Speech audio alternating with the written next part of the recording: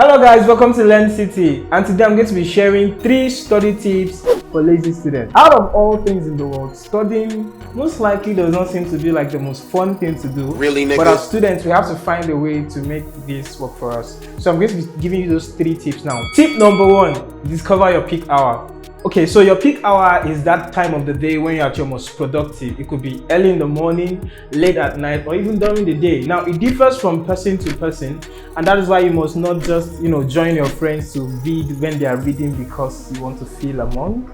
Okay, so discover your own peak hour and stick to it. That will make you very productive as a student. Tip number 2, study each topic in bits. Now, that means that you should break each topic you're treating into smaller units that you cover over a short period of time.